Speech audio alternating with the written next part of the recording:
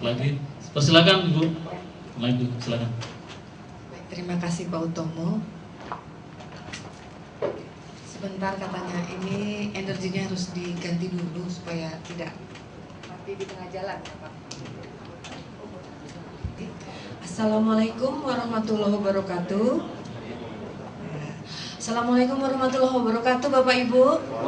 Aduh, meskipun pagi lebih baik kita tetap semangat ya. Saya kira Bapak Ibu semangat, mudah-mudahan ada saya tidak menjadi loyo ya Bapak Ibu ya. Ada saya menjadi menurun gitu semangatnya. Mudah-mudahan enggak ya. Tadi Pak Utomo sudah memperkenalkan siapa saya. Ada beberapa ibu yang sudah Bapak dan sudah pernah ketemu, sudah pernah kita berbincang-bincang begitu ya.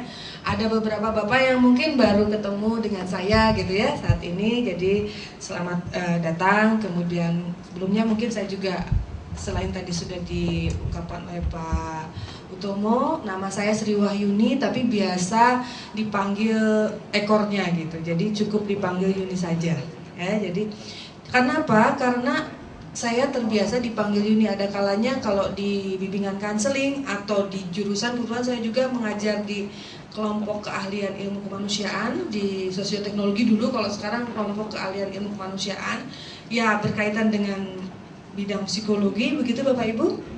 Nah, di sana itu lebih sering memanggil Ibu Yuni. Jadi ketika mahasiswa datang mencari Ibu Sri, itu bingung mereka. Bu Sri mata kuliah metode berpikir kreatif atau Ibu Sri mata kuliah manajemen sumber daya manusia. Oh, di sini tidak ada Ibu Sri, ada juga Ibu Yuni yang mengajar itu. Sampai mahasiswa bilang, itu maksudnya Ibu Yuni itu. Jadi ada kalanya memang nama juga kalau apa yang sering disebut itu yang mungkin lebih dikenal oleh lingkungan barangkali Bapak Ibu ya. Ini ada kaitannya nanti dengan materi kita, mengapa kita harus juga lebih mengenal mengenai identitas mahasiswa dan sebagainya, nanti kan kita bahas bersama. Tapi saya yakin Bapak Ibu, meskipun barangkali baru istilahnya secara formal mungkin baru ya Bapak Ibu menjadi diangkat sebagai dosen, tapi saya yakin pengalaman Bapak Ibu barangkali lebih lama dari saya gitu kan ya. Nah, sebelum masuk ke materi mungkin saya ingin ada masukan juga dari Bapak Ibu, kira-kira pengalaman Bapak Ibu selama mengajar itu kira-kira bagaimana dari segi pengamatan, dari segi selama proses belajar mengenai karakteristik mahasiswa ITB terutama. Dan kalau tidak salah Bapak Ibu bukan kebanyakan, seluruhnya kelihatannya juga dulunya mahasiswa ITB juga ya. Atau ada bukan dari ITB Bapak Ibu? Ada yang bukan dari ITB? Tidak, semua dari, Ibu Bapak bukan dari ITB ya. Tapi yang jelas pernah mengalami kuliah ya Pak ya. Jadi masa S1, S2, S3 gitu ya. Nah, kira-kira hasil pengamatan terutama Bapak yang dulu tidak di ITB ya, bukan alumni ITB, punya pengalaman lain mungkin ya mengenai mahasiswa gitu, karakteristik mahasiswa. Silakan dari Bapak dan Ibu siapa aja yang mau coba mengungkapkan hasil pengamatan mengenai mahasiswa kita, silakan.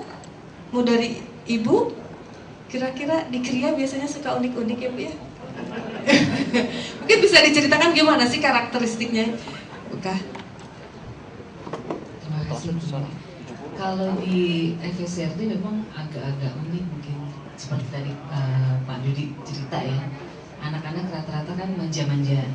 Jadi memang pada awalnya saya selalu tanya nama panggilannya dia siapa? Supaya lebih dekat gitu. Terus kadang-kadang juga saya tanya IPK terakhirnya berapa sih gitu. Saya untuk memotivasi mereka supaya ayo dong, nggak susah kok untuk menjadi cum laude atau IPK selalu di atas 3 gitu. Karakter mereka sih kalau misalnya kita dekati dengan cara mereka itu malah lebih mudah mereka untuk menerima informasi dari kita gitu. Jadi seolah-olah kita juga harus tampil lebih mudah atau misalnya kita bisa nanya dengan bahasa-bahasa mereka gitu. Mungkin harus pendekatannya seperti itu. Terima kasih. Baik, terima kasih sekali Bu Kavi. Ternyata benar-benar sudah benar-benar kelihatan udah pakar ya pendekatan terhadap mahasiswa ya. Tapi saya yakin Bapak juga, dari Bapak-bapak ada juga barangkali yang punya pengalaman atau bisa menangkap ciri khas dari mahasiswa kita yang kita ajar itu pada umumnya seperti apa? Tadi Bu Kavi sudah menjelaskan kalau di FSRD ada kekhasan tertentu sehingga pendekatannya juga secara tertentu begitu ya. Apalagi tadi mengenai identitas, dipanggil nama biasanya suka merasa pengakuannya itu muncul dan termotivasi ya Bu ya. Nah ini nanti akan kita lihat juga di sini. Namun sebelumnya saya ingin dari bapak-bapak mungkin di kubu sini ada yang coba ingin share dengan kami semua di sini, Bapak? Silakan. Bapak. Yang mana saja? Ayo Bapak, Bapak mungkin? Ya silakan Pak. Kebetulan saya dari arsitektur, ada satu mata kuliah yang bukan bentuknya perkuliahan ya, jadi studio, di mana satu orang dosen itu membimbing sekitar 10 mahasiswa.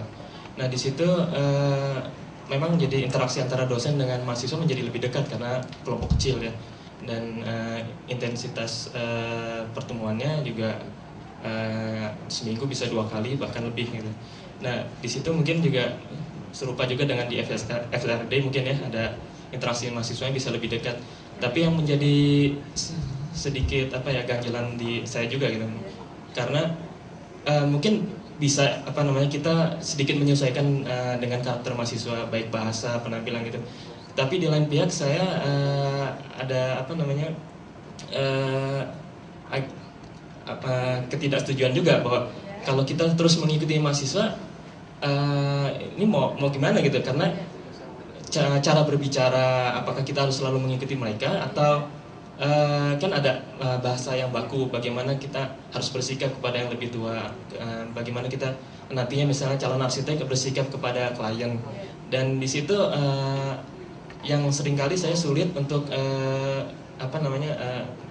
memperbaiki pola mahasiswa tersebut, di mana mereka cara berbahasa, cara berpresentasi, memberikan presentasi pun itu dengan bahasa mereka yang kalau menurut istilah saya mungkin bahasa sinetron gitu, dengan gaya-gaya dengan vocabulary zaman sekarang gitu, dengan gaya bicara zaman sekarang yang menurut saya tidak semestinya seperti itu gitu. Dan ya saya menemui kendala seperti itu, dimana kita harus cara memperbaiki mahasiswa yang dengan tipologi yang seperti itu pada saat ini. Yang berbeda mungkin yang saya rasakan ketika saya masih kuliah S1 dulu, dimana ya teman-teman saya juga kalau dosen bicara kita ya manut atau nurut gitu ya, dimana kita selalu masih menjunjung dosen sebagai wah ini yang yang harus diikuti gitu. Tapi kalau sekarang dengan gayanya yang sekarang ini, saya melihat sepertinya akan lebih sulit gitu untuk menjadikan mahasiswa itu kelak nanti juga mempunyai bekal bagaimana dia berhadapan dengan klien atau orang yang lebih tua gitu. Terima kasih. Baik, terima kasih. Bapak panggilannya Pak siapa Pak? Pak Arif ya, makasih sekali Pak Arif. Sangat menarik ya apa yang dipaparkan oleh Pak Arif. Nah satu lagi saja sebelum mulai. Dari sini kelihatannya Bapak mau memberi ini share dengan kami. Ya silakan Pak Ahmad. Terima kasih Bu. Ya silakan. Saya sebenarnya ingin menyampaikan sesuatu juga Bu. Saya agak-agak awal semester ini, karena mulai tahun 2006 ini, angkatan 2006 kemudian saya mengajar ini, yang paling mudanya, saya agak surprise karena ternyata mental mereka, gaya mereka agak beda dengan yang angkatan-angkatan yang sebelumnya. Karena kami itu dari metalurgi, dulunya kami dalam suatu tambang, mungkin tipikal anak-anak tambang, metalurgi itu seperti begitu. Angkatan saya sendiri tidak ada tidak ada perempuan, sorry. Nah, angkatan tahun 2006 ini ternyata agak beda gitu, yang membuat saya sendiri mulai berpikir, bukan jadi bahan omongan dosen-dosen yang lain. Karena angkatan sekarang ini ternyata jauh lebih manja, jauh lebih gaul, yang biasanya saya temukan di anak-anak FSRD gitu. Jadi saya bingung gitu terus terang. Betul, saya bingung. Jadi sampai mereka tuh bisa buat acara yang mirip seperti FSRD, kami hadir diundang dosen-dosen, saya sampai geleng-geleng kepala. Kok mereka bisa? Gila gitu menurut saya itu. Yang saya tidak pernah temui begitu. Saya terus terang khawatir bagaimana cara mereka belajar dan bagaimana cara saya mengajar. Mungkin karena tahun 2006 ini, angkatan 2006 ini mulai banyak perempuannya, mungkin saya berpikir seperti itu. Karena biasanya perempuan tuh nyari sampai tidak ada, tapi sekarang banyak sekali perempuan dan mungkin kelas itu jadi meriah, jadi sangat-sangat kompak, jadi